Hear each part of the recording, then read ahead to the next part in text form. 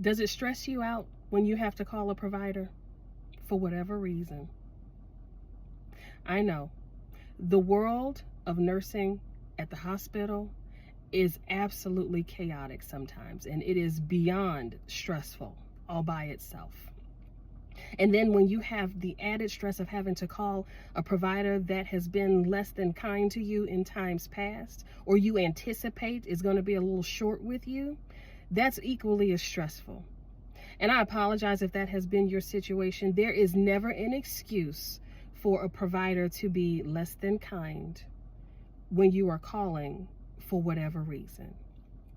However, as a provider, as a former bedside nurse, there is something that I don't know is being taught in nursing school nowadays. It certainly wasn't taught to me when I was in nursing school. I didn't learn until after the fact, and it's called telephone etiquette.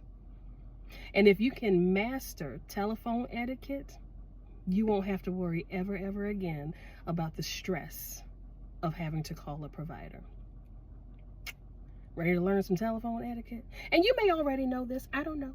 But there are some student nurses, some brand new student nurses that may not have been taught this concept.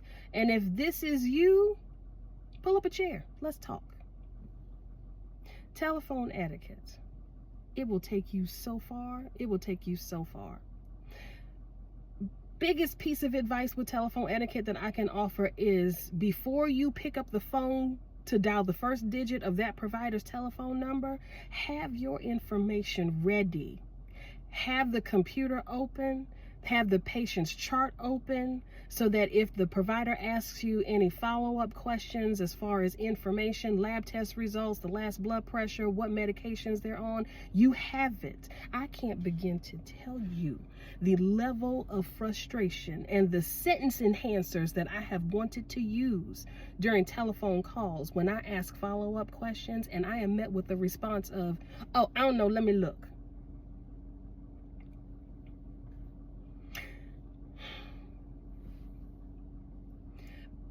Number 2, before you pick up the phone to call your respective provider, again, with whatever questions you have, assess your patient.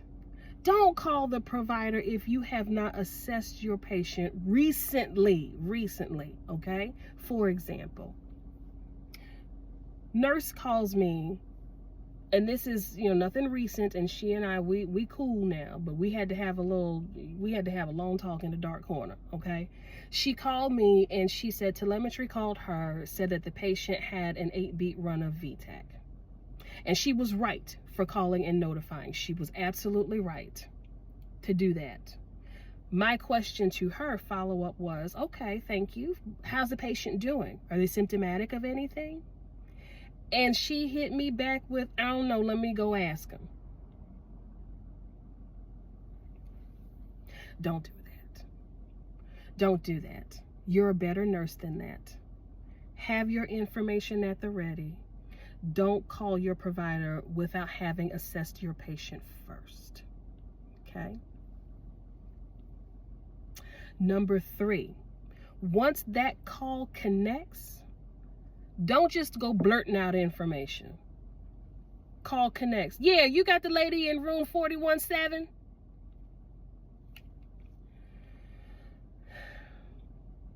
Introduce yourself, please. Contrary to popular opinion, the providers that you're calling, we don't know every telephone extension that comes across the caller ID. We don't know the voices of every nurse that calls us.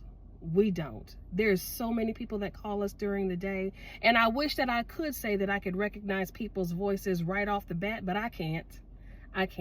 So do us a favor, us being the providers, do us a favor, and when the call connects, number 1, good morning, good afternoon, good evening, because that's just manners. And then introduce yourself. Hey, this is Katie. I'm working on the 3rd floor, or I'm working in ICU, or I'm down here in the ER. And I have your patient, Mrs. blah, blah, blah, in room blah, blah, blah. You're now beginning to give the provider some context. And as you give us information, we then start to filter out the people that we've seen during the day, and certain things then come to light with us. All right? Greeting, introduction, context. And then you give your information. Giving information to a provider should be no different than when you give report to a nurse on another unit or the next shift coming over. SBAR format always works. Be brief, but be informative. And it is okay when you are calling a provider to use your big people terms, your medical terminology. It's okay. We understand what you mean. You can say a whole lot of information and just condense it into a few words. All right? Anticipate questions. This is why you have your chart open. Because if you're calling about whether or not a medication should be given, there's going to be certain contextual information that me as a provider, I'm going to want to have from you, like the latest set of vital signs. When did they get this medication last? Did a procedure that they were waiting to have actually happen? I need context. Before I can give you instructions and orders, you got to give me information so I can put things into context. I would be remiss if I didn't say this. And the nurses who I know personally that are watching this video, they're going to say, this is classic Andrea. If you are calling, especially if you are calling a cardiology provider with an abnormal blood pressure reading, and it doesn't matter if your blood pressure reading is super, super high or if that blood pressure reading is super, super low, confirm with a manual blood pressure check first before you call the provider to ask if medication changes would be in order. All right?